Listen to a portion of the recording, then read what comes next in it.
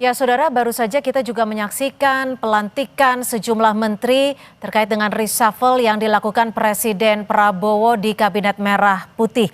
Saya masih bergabung dengan Mas Agung Mas Agung, kalau dilihat strategisnya pertimbangannya apa nama-nama ini yang dipilih oleh Presiden Prabowo? Iya, ada dimensi teknokratis, politis, dan dimensi yuridis, Mbak Cynthia, ketika Presiden ingin mereshuffle seorang menteri dari waktu ke waktu.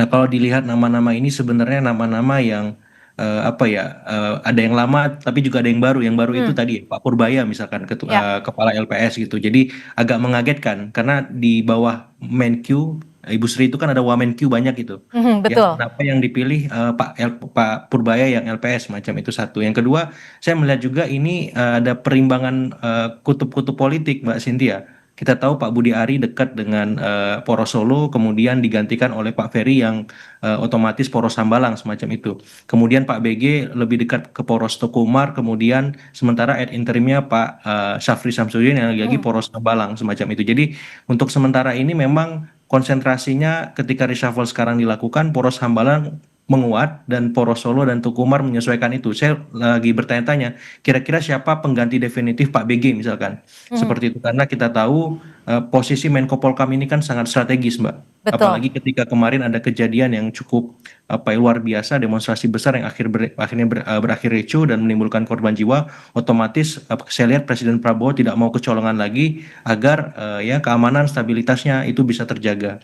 Nah, yang Artinya berikutnya lagi. menurut Anda nama-nama Ya. ini berkaitan menjadi bagian dari dampak ataupun implikasi demo besar-besaran yang terjadi pekan lalu? Salah satunya Mbak Cynthia, tapi salah duanya ya soal kinerja ya teknokratik dan salah tiganya ya soal yuridis bisa juga. Hmm. Karena ada beberapa menteri yang juga kemarin ada problem etik karena dia nongkrong sama salah satu ex Ya. pembalap liar semacam itu. Kemudian ada juga menteri yang masih problematik dengan kasus hukum judi online katakan gitu. Kemudian ada juga satu menteri yang memang tersangkut kasus juga di masa lalu Hmm. BTS misalkan semacam itu. Jadi saya lihat Pak Prabowo memitigasi dari awal agar menteri-menteri yang tersangkut kasus fokus menyelesaikan kasus itu sehingga kinerjanya tidak terganggu. Dan ini Hmm. presiden baik belajar dari kasus Pak Noel sebelumnya yang kemudian ditangkap oleh KPK seperti itu. Jadi Ya. ini satu langkah lebih maju, lebih progresif agar kinerja Kabinet Merah Putih fokus, tidak tersangkut, tidak terbelah konsentrasinya dengan kasus-kasus di luar kinerjanya seperti itu, Mbak Mhm. Cynthia. Mas Har, kalau dilihat tadi kan Mensesnek juga menyebutkan bahwa ada sejumlah nama yang memang sedang keluar kota sehingga tidak bisa dilantik. Menpora namanya. Menurut Anda, ini terjadi begitu mendadak atau seperti apa? Ya, ini karena terbiasa main dadakan ya. Jadi presiden ini karena merasa berdasarkan instingnya eh, saya perlu mengganti. Ya udah, saat itu dilakukan pergantian tanpa persiapan sehingga seseorang yang kebetulan ditunjuk tapi tidak berada di Jakarta ya konsekuensinya tidak hadir meskipun tadi disebutkan di dalam keterangan pers oleh Pak Menseknek. Kan ini menunjukkan disebut tidak sinkron banget gitu ya di antara pemerintah itu ya. Sudah jelas diumumkan tapi ternyata tidak jadi. Lalu diberi keterangan pers kembali bahwa kebetulan pejabatnya tengah berada di luar kota. Ya ini kan menunjukkan ya. Tapi menurut Anda jika memang ini mendadak tanpa persiapan, nama-nama ini cukup dipercaya untuk memimpin kementerian? Ya kalau ada 3 hal yang selama ini menjadi ganjalan di kabinet Merah Putih selain gemuk begitu ya. Jadi tidak ada boleh dibilang komunikasi di antara mereka. Lalu tata kelola. Bicara soal tata kelola kita masih akan lanjutkan usai jeda. Tetap bersama kami di Breaking News Kompas TV.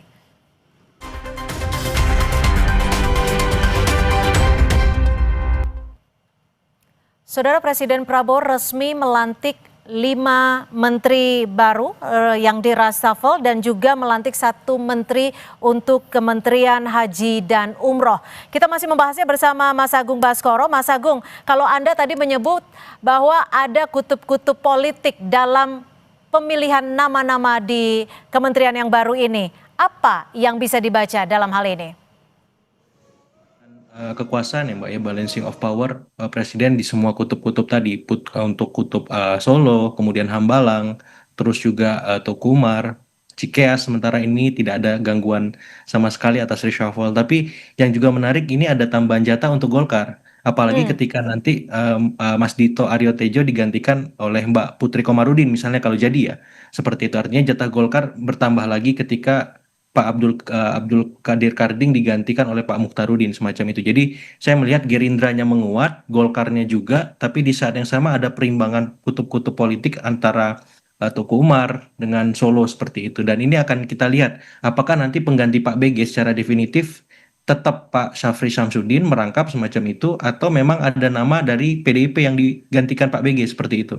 Itu akan menarik karena ini kan istilahnya Menko Polkam ini jantungnya pemerintahan ya, menentukan stabilitas, keamanan, kemudian koordinasi, konsolidasi semua sektor yang terkait dengan itu agar tetap baik, maksimal, dan tidak ada lagi ekses semacam kerusuhan besar yang akhirnya menimbulkan korban jiwa itu. Oke, Mas Agung, kalau kita tahu memang Ya. nama Budi Gunawan Menko Polkam sebelumnya adalah termasuk orang yang cukup dekat dengan Teguh Umar. Apakah nama-nama yang diganti ini akan berimplikasi kepada politik, kepada koalisi? Ya, pasti akan ada penyesuaian adaptasi baru karena memang Pak BG ini kan seringkali menjadi jembatan komunikasi antara Pak Prabowo dengan Ibu Mega. Nah, saya menunggu siapa nama yang kira-kira akan menggantikan Pak BG dari misalkan kalau memang arahannya dari terafiliasi dengan PDIP atau kalaupun memang tidak, itu kita akan tunggu apakah nama itu memang bisa menjadi jembatan komunikasi bukan hanya kepada Ibu Megawati tapi ke semua poros Mbak Cynthia, karena biar bagaimanapun ya Pak Prabowo butuh ya jembatan komunikasi itu agar komunikasi politik beliau lancar dengan semua poros yang ada seperti itu, sekaligus memastikan secara teknokratis kerja Menko Polkam ini memang cukup profesional, tidak ada ekses semacam sebelumnya ketika terjadi kerusuhan besar itu. Dalam artian misalkan kalau demo dibatasi jam 6, Menko Polkam harus memastikan bahwa ada legislatif atau eksekutif yang menemui pihak demonstran untuk merespon aspirasi itu. Jangan sampai jam 6 mau dibubarkan tapi demonstran nggak ditanggapi, nggak disambut. Nah, ini jadi masalah seperti itu. Jadi berkaitan juga dengan efektivitas dan evaluasi para menteri. Terima kasih Mas Agung Baskoro, Direktur Eksekutif Trias Politika Strategik, sudah berbagi perspektif di Breaking News Kompas TV. Saudara, demikian Breaking News Kompas TV. Sesaat lagi informasi lainnya masih akan kami sajikan dalam program Kompas Petang. Tetap di Kompas TV.